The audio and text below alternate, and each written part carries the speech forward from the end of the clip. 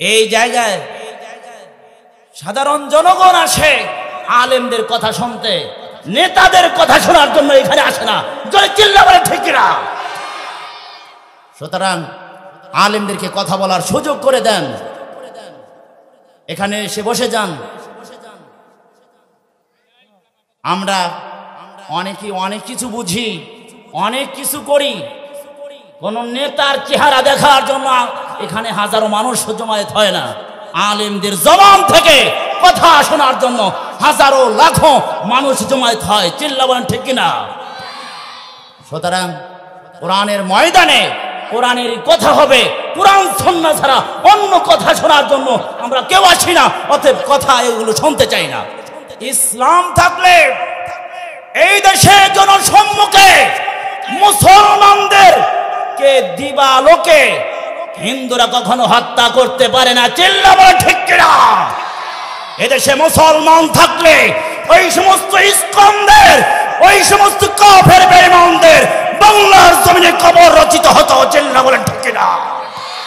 কিসের মুসলমান? মুসলমান আজকে শুধু নামে মুসলমান।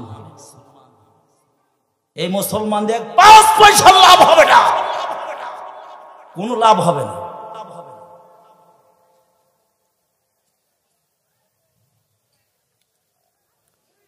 ইন্নাল হামদালিল্লাহি নাহমাদুহু ওয়া নাস্তাঈনুহু ওয়া নাস্তাগফিরুহু ওয়া নু'মিনু বিহি ওয়া নাতাওয়াক্কালু আলাইহি ওয়া নাউযু বিল্লাহি মিন শুরুরি আনফুসিনা ওয়া মিন সাইয়্যাতি আ'মালিনা মান ইয়াহদিহিল্লাহু ফালা মুদিল্লা লাহু ওয়া মান ইউদ্লিলহু ফালান তাজিদা লাহু ওয়ালিয়্যাম মুরশিদা। ونشهد أن لا إله إلا الله وحده لا شريك له ونشهد أن سيدنا ومولانا محمدا عبد الله ورسوله الذي أرسل إلى الناس كافة بشيرا ونذيرا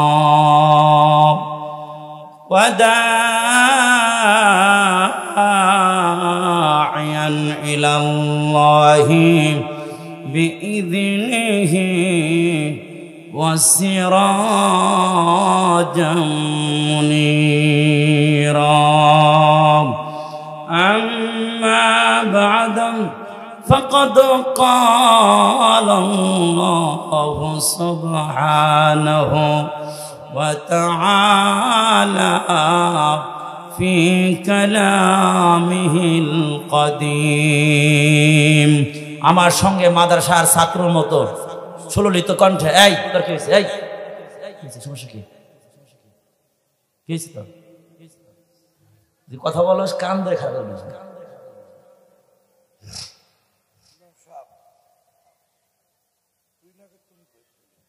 জি, আমার ছাত্র শোনা, যেখানে যে কথা বলতে হবে আমরা বুঝি।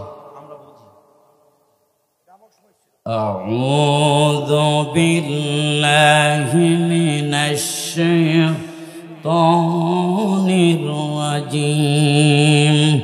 সবাই পড়ুন বিসমিল্লাহির রাহমানির রাহিম। কাইফা তাকফুরুনা বিল্লাহ, কাইফা তাকফুরুনা বিল্লাহি ওয়া কুনতুম আমওয়াতা বাল আহইয়াকুম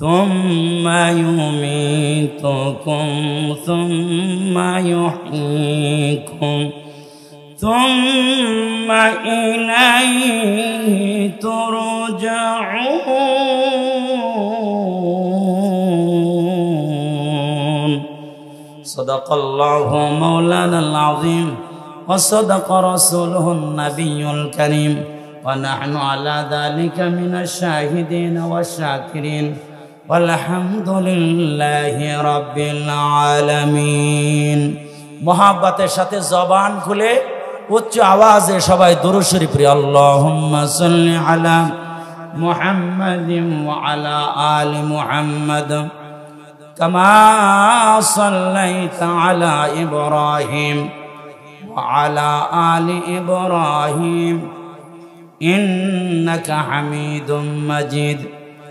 আল্লাহুম্মা বারিক আলা মুহাম্মাদিন ওয়া আলা আলি মুহাম্মাদ كما باركت على إبراهيم وعلى آل إبراهيم إنك حميد مجيد بلغ العلا بكماله كشف الدجى بجماله حسنت جميع خصاله صلوا عليه وآله জবান খুলে মোহাব্বতের সাথে আল্লাহ পাকের একটু জিকির করি লা ইলাহা ইল্লাল্লাহ জবান খুলে লা ইলাহা জোরে লা ইলাহা আরো জোরে লা ইলাহা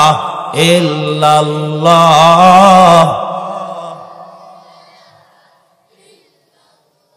আওয়াজ বন্ধ করেন আমার মাঝে ছাত্রই তো আপনাদের চেয়ে জোরে বলতেছে আমার তালিম ভাই ভালো জোরে বলতেছে আপনারা সবাই হচ্ছে আওয়াজ একটু বলেন না একটু লা ইলাহা ইল্লাল্লাহ লা ইলাহা ইল্লাল্লাহ লা ইলাহা সুবহানাল্লাহ আলহামদুলিল্লাহ লা ইলাহা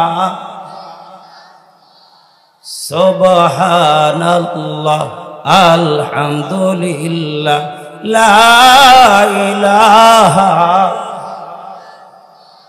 তুমি বাঁচাও তুমি মারো কে বাঁচায় কে মারে আওয়াজ হয় না জোরে বলতে হবে কে বাঁচায় কে মারে আমার ভাইরা যুবক ভাইরা রাগ করছেন আপনারা আমি তো রাগ করছি আমার ছাত্রদেরকে আপনাদেরকে রাগ করি না আমার তো রাগ অধিকার আছে ওরা আমার ছাত্র বুঝেন নাই এখন আপনার ছাত্র মাঝে মাঝে ওস্তাদ রাগ হয় মেজাজ সব এক থাকে না আপনারা রাগ করছেন কে কে রাগ করে নাই হাত তুলে দেখেন দেখি আল্লাহু আকবার আরো জোরে বলেন আল্লাহু আকবার আরো জোরে বলতে হবে লিল্লাহে তাকবীর আরো জোরে লিল্লাহে তাকবীর তাহলে কে মারে কে বাঁচায় পুরো মানুষের মারার ক্ষমতা আছে বাঁচানোর ক্ষমতা আছে কে বাঁচাবে তুমি বাঁচাও তুমি মারো অবিরত ক্ষমা কর তুমি বাঁচাও তুমি মারো অবিরত ক্ষমা কর ধরার যে জন তাকেই ধরো ধরার যে জন তাকেই ধরো তোমার মুঠোয় সবই আল্লাহ সুবহানাল্লাহ জোরে সুবহানাল্লাহ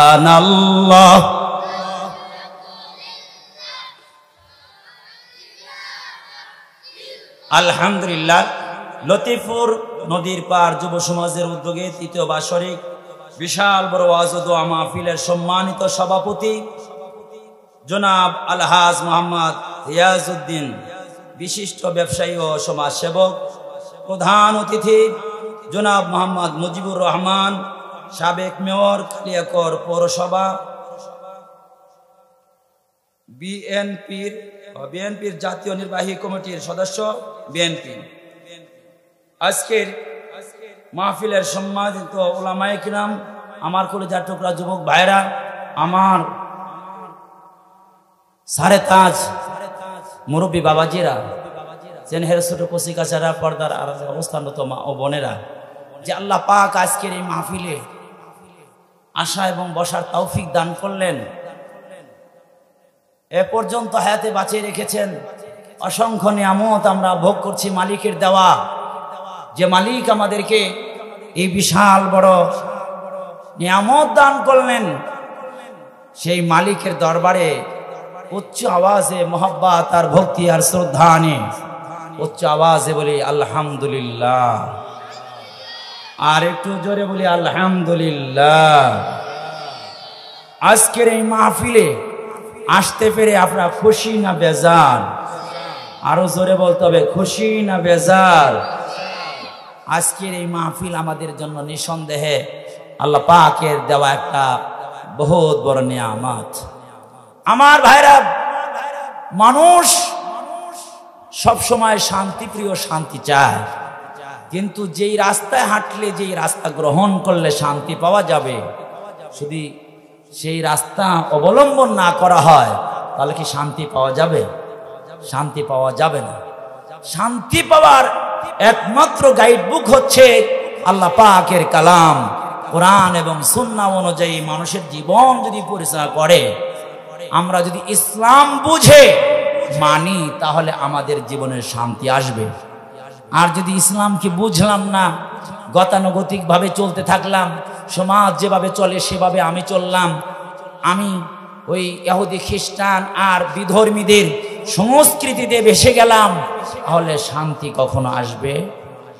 এজন্য শান্তি আসতে হলে, শান্তি পেতে হলে, সোনার মানুষ হতে হলে, যেভাবে অসভ্য মানুষগুলো সভ্য মানুষে পরিণত হয়েছিল, অসভ্য জাতিগুলো, বর্বর জাতিগুলো স্বর্ণের মানুষে রূপান্তরিত হয়েছিল, সেই মেডিসিন গ্রহণ করতে হবে, সেই মহামানবের আদর্শ গ্রহণ করতে হবে।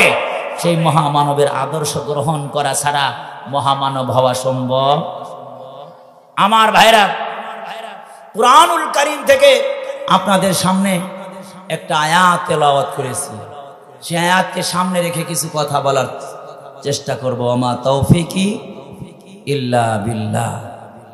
আমার ভাইরা, আল্লাহ পাক মানুষকে অনেক মায়া করে, আদর করে তৈরি করেছেন, অনেক মহব্বত, ভালোবাসা দিয়ে তৈরি করেছেন। পৃথিবীতে যত প্রাণী আল্লাহ পাক বানিয়েছেন, সকল প্রাণীকে আল্লাহ পাক বলেছেন হও, হয়ে গেছে। কিন্তু মানুষকে আল্লাহ পাক কুদরতি ভাবে সিস্টেম করে আল্লাহ পাক বানিয়েছেন, অনেক মহব্বত আর ভালোবাসা দিয়ে মানুষকে বানালেন।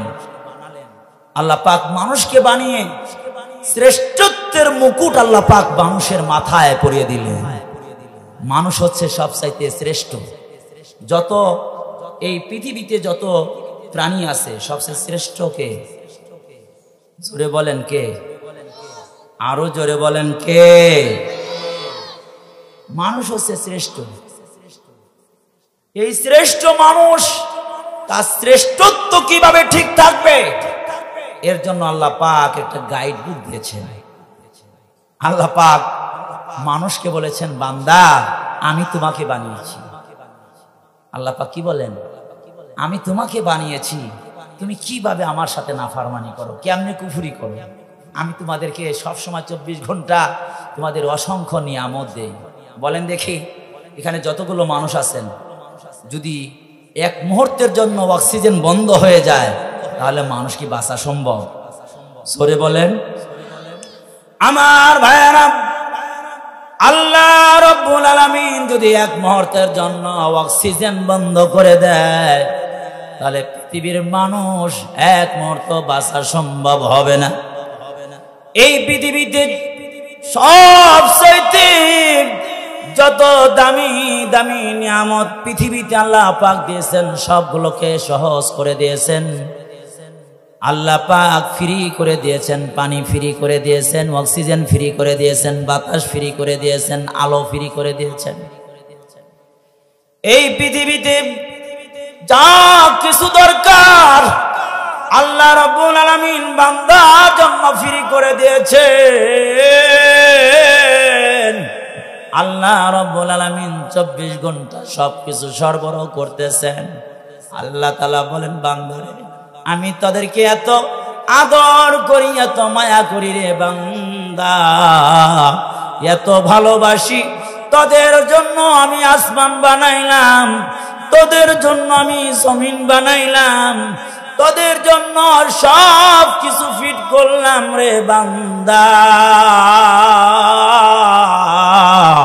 সব কিছু বানাইলো কার জন্য? জোরে বলেন না, একটু আওয়াজ দিয়ে।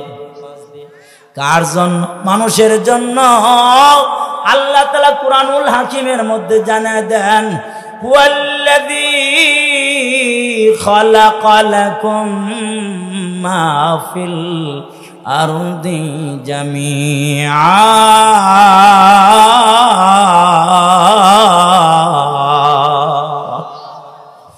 আল্লাহ পাক ডেকে বলেন, ও বান্দা, পৃথিবীর মধ্যে যা কিছু দেখো সব কিছু বানাইলাম তোদের জন্য রে বান্দা, সব কিছু তোদের জন্য বানাইছি। যা কিছু দেখো সব কিছু আমার জন্য, আপনার জন্য বানাইছি। তাহলে প্রশ্ন হয়, আমাদেরকে কার জন্য বানাইলেন? আল্লাহ রাব্বুল আলামিন ডেকে বলে, ও বান্দা, আমি তোদেরকে এবং জিনদেরকে শুধু বানাইছি আমি আল্লাহর জন্য, আমার দাসত্ব করার জন্য। আল্লাহ রাব্বুল আলামিন কুরআনুল হাকিমের মধ্যে জানায় দেন, ওয়ামা খালাকতুল জিন্না ওয়াল ইনসা ইল্লা লিয়াবুদুন।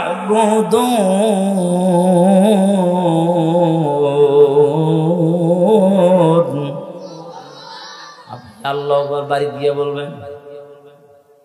আল্লাহু আকবার বলতে আপনার কষ্ট হয়? কষ্ট হয় না? আল্লাহু আকবার একটা ওয়াজ করতেছিলাম হুজুর অন্যদিকে, তাহলে আল্লাহু আকবারের ওয়াজ করিনি। তাহলে আল্লাহু আকবার যদি বলতে চায় না, তাহলে আল্লাহু আকবারের ওয়াজ জীবনে শোনেন নাই, আল্লাহু আকবারের ওয়াজ, তাহলে আল্লাহু আকবারের ওয়াজটা শুনে দিন।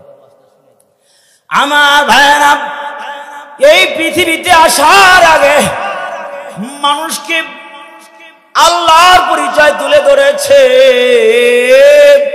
আল্লাহ রাব্বুল আলামিন দুনিয়ায় পাঠানোর পরে বান্দার সামনে সর্বপ্রথম যে তাকবীরটা তুলে ধরেছেন, ওই তাকবীরের নাম হলো আল্লাহু আকবার। কি আকবার? জোরে বলেন না, মুহাব্বতের সাথে বলেন আল্লাহু আকবার। আরো জোরে শুনতে চাই, আল্লাহু আকবার।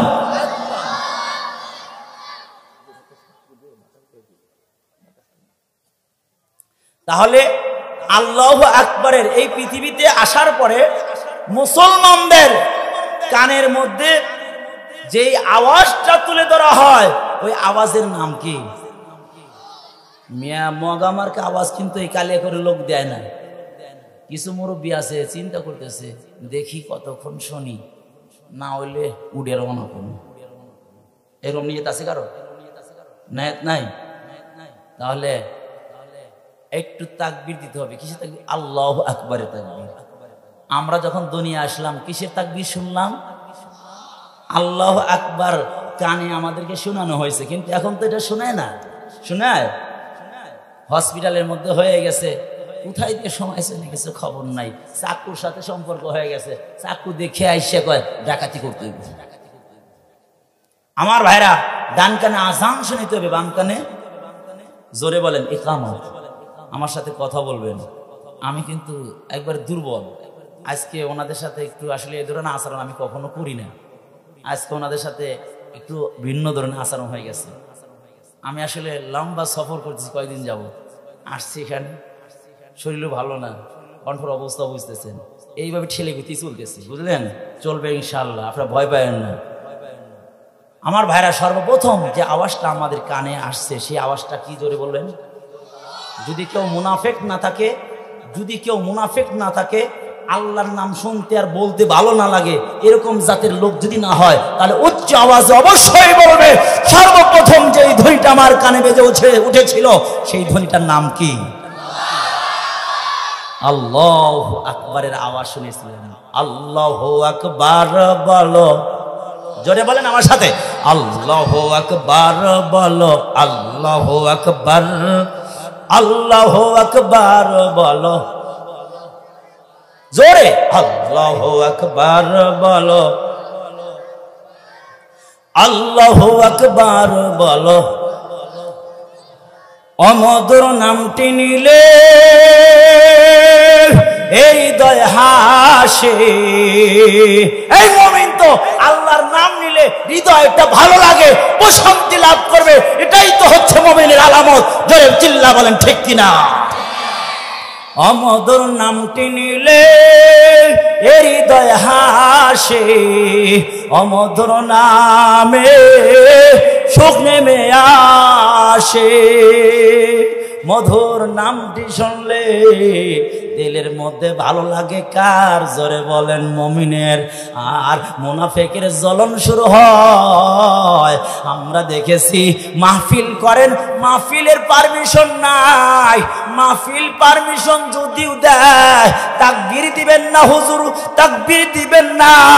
কারণ কি? তাকবীর দিলে ওয়ালের কলিজার মধ্যে লেগে যায়, গাত্রদাহ শুরু হয়ে যায়, মুনাফিকের বাচ্চাদের অন্তরের মধ্যে জ্বালা শুরু হয়ে যায়। তাকবীর কেন বন্ধ করতে চাও রে মুমিন? তাকবীর তো বন্ধ করা সম্ভব হবে না, তাকবীর তো বন্ধ করা সম্ভব হবে না। কারণ হইল তাকবীরের সম্পর্ক মালিকের সাথে। তাকবীর দিয়া দুনিয়া আসছি, দুনিয়া আসার পরে তাকবীরের আওয়াজ করে শুনেছি। ও মুসলমান, তাকবীরের ধ্বনি নিয়ে যদি কবরে যাইতে পারো তাহলে তোমার কোনো টেনশন নাই, তাকবীরওয়ালা তোমার সঙ্গী হয়ে যাবে। এই জন্য তাকবীর যারা চায় না ওরা মুসলমান হইতে পারে না, ওরা হচ্ছে মুনাফিক। আমার ভাইরা, 5টা বছর আমি রাজশাহীতে যাই দিছেন।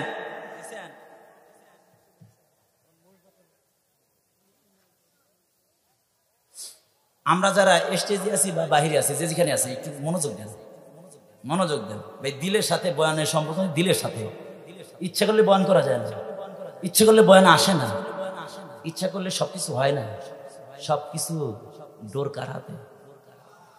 আরো জোরে হাসতেছে। আল্লাহ, আজান শুরু হয়েছে আল্লাহ দিয়া। হুজুর আজান শুরু হয়েছে কি দিয়া? আল্লাহ শব্দ দিয়ে। আজান শেষ হয়েছে কি দিয়ে? আল্লাহ শব্দ দিয়ে আজান শুরু হয়েছে রে দোস্ত, আজান শেষ হয়েছে আল্লাহ শব্দ দিয়ে। আল্লাহ বুঝা দিতে চান, সূরা রহমানের দিকে ইশারা কইরা আল্লাহ তাআলা জানা দেন, কুল্লু মান আলাইহা ফান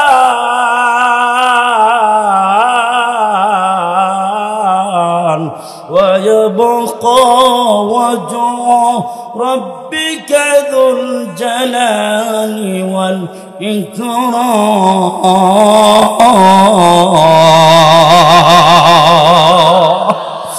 আল্লাহ বলেন, ও বান্দারে, আমি আল্লাহ শব্দ দিয়ে আজান শুরু করাইছি, আল্লাহ শব্দ দিয়ে আজান শেষ হয়েছে। বুঝা দিলাম, এলানের মধ্যে বুঝা দিলাম, আমি শুরু আমি শেষ। শুরু কে? জোরে বলেন শুরু কে? আল্লাহ শুরু, আল্লাহ শেষ।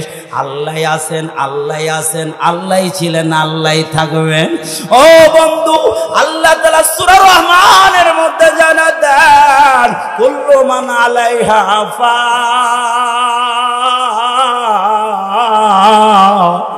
পৃথিবীতে যা আছে সব হয়ে যাবে ফান, সব হয়ে যাবে খতম, সব হয়ে যাবে শেষ। আল্লাহ শুধুমাত্র 30 বাকি থাকবেন। 30 জোরে আওয়াজ করে বলেন কে? আর একটু মহব্বত আর ভালোবাসা দিয়ে মালিকের নামটা নেওয়া যাবে কি? বলেন তিনি কে? আল্লাহ শুধু বাকি থাকবে।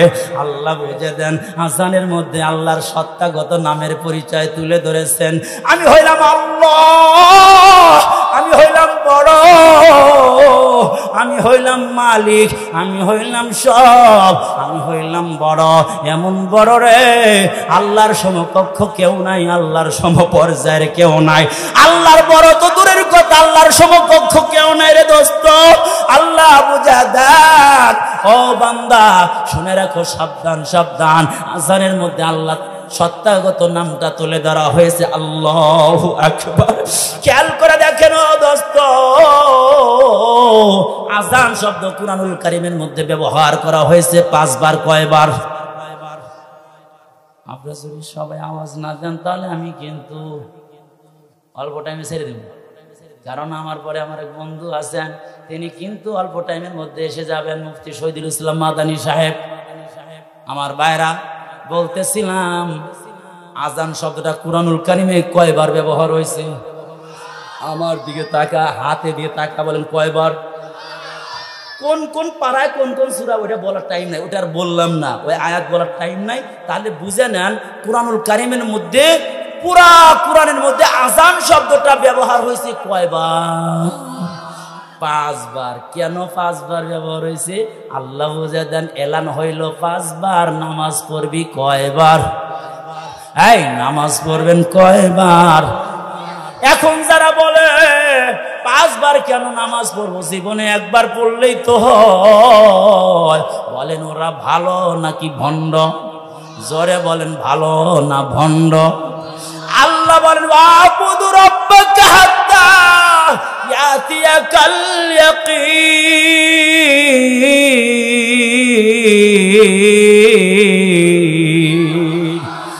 এই ইবাদত করবি কতক্ষণ? মৃত্যু আসবে না যতক্ষণ। ইবাদত করবেন কতক্ষণ? জোরে বলেন আমার সাথে, ইবাদত করব কতক্ষণ? তাহলে যতক্ষণ মৃত্যু আসবে না ততক্ষণ পর্যন্ত ইবাদত করতে হবে। কার? এই টুপিওয়ালা ভাই, এই কিরে এই টুপিওয়ালা ভাই, এই কি হয়েছে?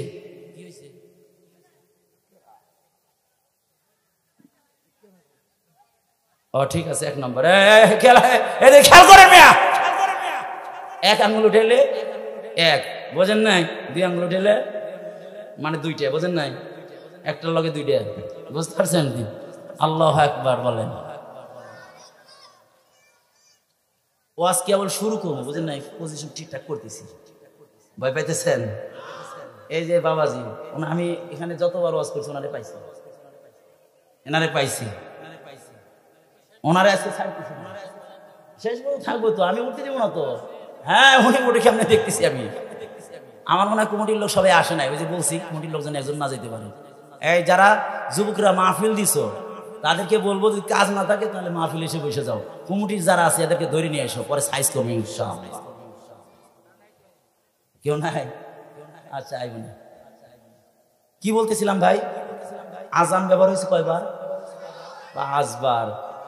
পৃথিবীতে যত পয়গম্বর আসছে, কোন পয়গম্বর রে আল্লাহ তাআলা দাওয়াত দিয়ে তার বাড়িতে নিছেন? শুধুমাত্র কাকে নিছেন? আমাদের নবীকে নিছেন। জানেননি? ওই একটু ইশারা দিয়ে একটু দেখেন। আল্লাহ তাআলা জানা দেন, জিবরাইল রে যা যা আমার বাড়িতে আমি আজকে মেহমান বানাবো। কারে? আমার প্রিয় হাবিবকে। হাবিবুল্লাহ আমার মোহাম্মদ রে, আমার নবীর আজকে আমি আমার বাড়িতে দাওয়াত করব। কেন দাওয়াত করবো? আমার নবীর মনটা ভালো নাই। আমার নবীর মনটা ভালো না থাকলে আল্লাহ ভালো করার দায়িত্ব নেন, আল্লাহ মনটাকে ভালো করে দেন। আমার নবী কাঁদলে আল্লাহ ভালো লাগে না, আল্লাহ তাকে আনন্দ দিয়ে দেন। আমার ভাইরা, আমার নবী তো এমন নবী, আমার নবীর মতো পৃথিবীতে আর কোনো মানুষ বানায় নাই, বানাবেও না। চিল্লা বলেন ঠিক কিনা? আমার নবীর এমন সুন্দর চেহারা, আমার নবীর এত সুন্দর চেহারা, এমন সুন্দর চেহারা পৃথিবীর কোনো মানুষকে আল্লাহ পাক দান করেন না। হযরত আয়েশা ডেকে বলে, হযরত আয়েশা বলে, মনের মধ্যে কথা বলে, লানা শামসুন ওয়ালিল্লাহ ফাকে শামসু ওয়া শামসি আফজালু শামসিস সামাই ফা ইন্নাশ শামসা তাতলু বাদাল ফাজরি ওয়াশামসি তাতলু বাদাল ইশাই ওয়াশামসি তাতলু বাদাল ইশাই। আল্লাহু আকবার বলে, আরো চিল্লা বলেন আল্লাহু আকবার। আয়েশা বলে, ও পৃথিবীর মানুষেরা শুনে রাখো, আসমানের একটা চাঁদ আছে, আসমানের জন্য একটা সূর্য আছে। আল্লাহ পাক আমার জন্য স্পেশাল একটা সূর্য দান করেছেন। আসমানের সূর্যটা উদিত হয় ফজরের পর। আল্লাহ পাক আমাকে যে স্পেশাল সূর্য দান করেছেন, ওই সূর্য উদিত হয় এশারের পার। সুবহানাল্লাহ। আয়েশা বলেন, আমার নবী আমার ঘরের মধ্যে আসলে ঘরের মধ্যে আলোকিত হইতো। এই বন্ধু, আজকে কত নায়িকার মহব্বত করো, কত নায়িকার ছবি তুমি রাখো, কত নায়িকার তুমি ফ্রেন্ড হয়েছ, কত তুমি ভালোবাসা দেখাও, সবচাইতে সুন্দরী আরে পরিমণিরে যদি ঘরের মধ্যে ঢুকে দাও, অন্ধকার ঘর কি আলোকিত হইব? এই যুবক আলোকিত হইব না? না রে, আলোকিত কখনো হবে না। কিন্তু বন্ধু শুনে রাখো, আমার নবী, আরে আমার নবীর বালুর সাথেও ওর তুলনা হতে পারে না।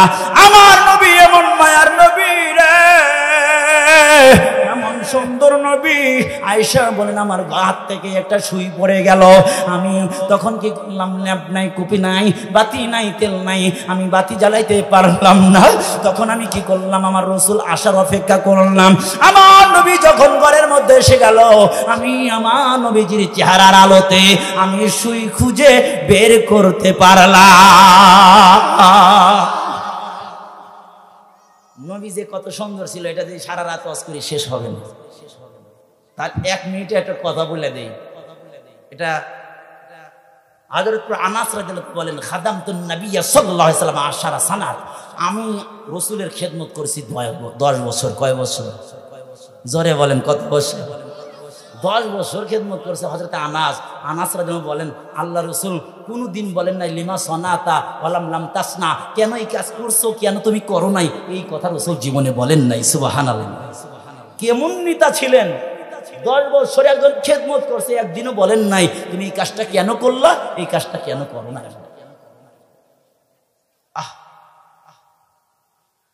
আমার রাসূল এমন মায়া রাসূল রে, রাসূলের চেহারা কেউ দেখলে অন্যদিকে তাকানোর আর সুযোগ কেউ পেত না।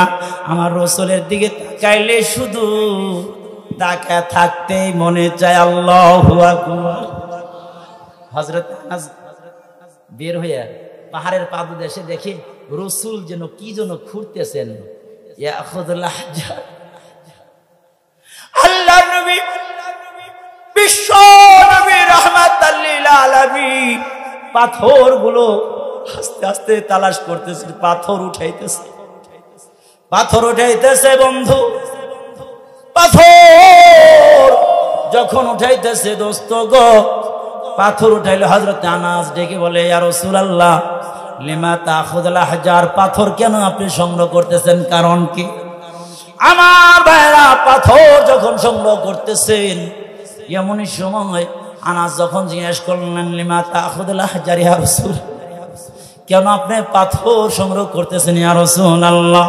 আল্লাহ রাসূল ডেকে বলে, জানো না আমার পেটের মধ্যে কোনো খাবার নাই, আমার পেটের মধ্যে কোনো খাবার নাই রে। কয়েকদিন যাবত অনাহারে, ঘরের মধ্যে কোনো চুলা জ্বলে না রে, সরে রাখা না।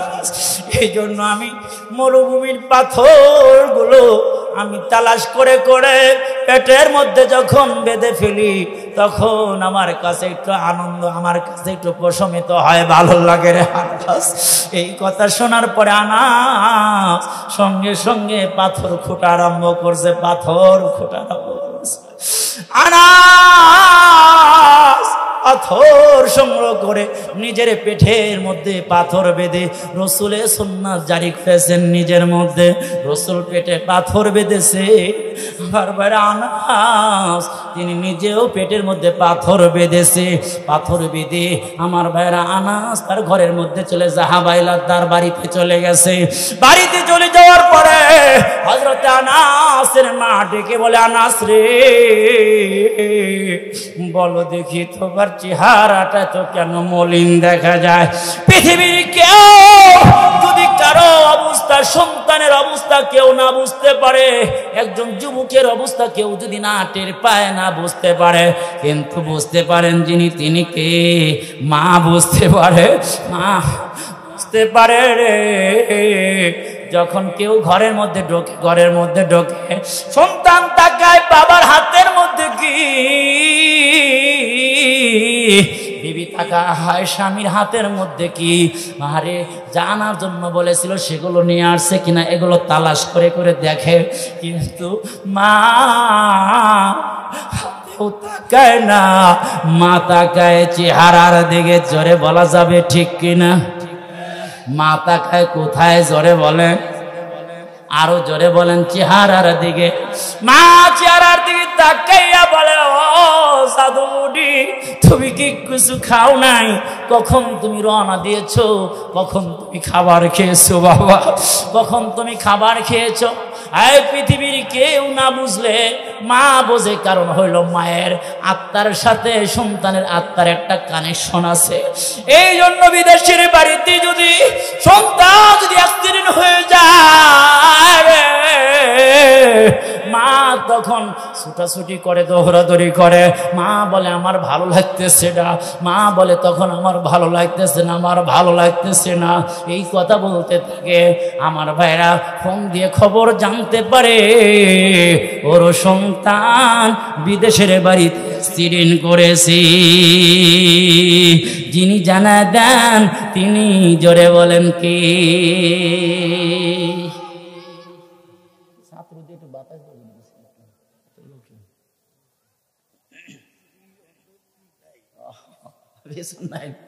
আচ্ছা দেখেন তো একটু করা যায় নাকি? ঘাইমাগুর ভিতরে বুঝে না। আল্লাহু আকবার বলেন। বিছন টিছন না পাইলে এভাবে যখন চলে। আমার ভাইরা, হযরতে আনাস, আরে মার কাছে গেলে মা বলে, তুমি খাবার খাও নাই? এদিকে খেয়াল করেন, তুমি খাবার খাও না? হযরতে আনাস চিন্তা করলেন, মাহফিলের চতুর্পাশে মানুষ তো, এদিকে সেদিকে কথার আওয়াজ হইতেছে। মাহফিলের যারা কর্তৃপক্ষ সেটা যদি বাচ্চাগুলো সরাই দিত, আওয়াজটা বন্ধ করে দিত। আমার ভাইরা, এই জন্য আপনারা সবাই জোরে আওয়াজ দিয়ে আমার লগে, ওদের আওয়াজ এমনি মাইনাস হয়ে যায়। জোরে বলেন আল্লাহু আকবার, আরো চিল্লায় বলেন আল্লাহু আকবার। হযরত আনাসের মা ডেকে বলে, আনাস তুমি খাবার খাও নাই? আনাস চিন্তা করলেন, যদি বলি খাবার খাই নেই তাহলে তো বলবে রসুলের দরবার থেকে আসলা, রসুল খাবার খায়, তোমারে খাওয়ায় না। আর যদি বলে খেয়েছি তাহলে তো ভুল হবে, আমি তো খাবার খাইনি। আনাস বলেন, মা আমি একটু ঘরে ঢুকতে চাই। আরাত্থ আইয়া দখলা এলার দ্বার, আমি ঘরে ঢুকতে চাই, আমার ঘরে ঢোকার সুযোগ করে দেন। মা বলে ঠিক আছে ঢোকো। ও দখল, ঘরের মধ্যে ঢোকো। ঘরের মধ্যে ঢুকে শুয়ে পড়ছে আনাস। শুয়ে পড়লে আনাসের মা দেখে পেটের মধ্যে উঁচা দেখা যায়, কাপড়টা সরাই দিয়েছে, দেখে পাথর। আনাসের মার ভালো লাগবে নাকি? কি বলেন? কারো মার ভালো লাগবে না। আনাসের মা বলতেছে, এই তোমার এই অবস্থা কেন? মা খাবার খাই না, অনাহারের কারণে রসুলের আদর্শ গলায় পড়েছি, রসুলের সুন্নাত আদায় করার জন্য আমি পাথর বেঁধেছি। কেন গো? কিছু খুরমা খেজুর সামনে দিয়ে পানি দিয়ে বললো খেজুর গুলো খেয়ে না। হযরতে আনাস খেজুর গুলো খেয়ে ফেললেন। আনাস জেগে বলে, আমার নবী অনাহারে রয়েছেন, আমার নবী কয়েকদিন যাবত কিছু খায় না, আমার নবীজি কয়েকদিন যাবত অনাহারে রে। সেই জন্য নবী যখন থেকে পাথর বেঁধেছে, আমি রসুলের অনুসরণ করার জন্য পাথর বেঁধেছি। আমার নবীর মা নাই, আমার নবীর বাবা নাই, এই কথা বলে আবেগী যখন কথাগুলো বল, আনাসের মা ডেকে বলে, আনাস রে যা মোহাম্মদ রে গিয়া দাওয়াত দিয়ে আসো, খাবার দাওয়াত দিয়ে আসো। শুনে রাখো, তবে তোমার নবী মোহাম্মদকে বলবা সে যেন দিনে না আসে, রাত্রে আসে। কখন আসে? জোরে বলেন, কখন আসে? রাত্রি ইশারের পরে যেন মুহাম্মদ সাল্লাল্লাহু আলাইহি সাল্লাম আমার বাড়িতে খাবার খাওয়ার জন্য আসে। আনাস দৌড়ায় রসুলের দরবারে চলে গেছে। আনাস বলে, ইয়া রাসূলুল্লাহ, আমাদের বাড়িতে আপনার দাওয়াত। এই কথা বলতে দেরি আনাসকে ডেকে বলে, আল্লাহ রসুল ডেকে বলে, আনাস রে আমি একটা শর্ত দেই, তোমাদের বাড়িতে আমি দিনে যাব না, আমি রাত্রেতে দাওয়াত গ্রহণ করব না। আনাস বলে, রসুলকে বললাম না, জানলো কেমনে? জানাইছেন যিনি তিনি কে? আল্লাহ জানায় দিয়েছেন, আল্লাহ তাআলা জানায় দিয়েছেন। এবার সংক্ষেপ করে বলি, একটু বুঝানোর জন্য শুধু। আনাসের সঙ্গে যখন রসুল ঘরের মধ্যে চলে আসলো, আনাসের মা ডেকে বলে, আনাস রে অন্ধকারের মধ্যে রসুল আমাকে দেখবি না, তুই আমার সামনে দাঁড়া। আনাসের সামনে দাঁড় করে আনাসের এই কাঁধের উপরে আনাসের মা থুতনিটা রাইখা রসুলের দিকে তাকায় একবার। নাজারাত উম্মু আনাস ইলা রাসূলিল্লাহি সাল্লাল্লাহু আলাইহি ওয়াসাল্লাম মাররাতান ওয়া নাজারাত ইলাল কামারি আখার।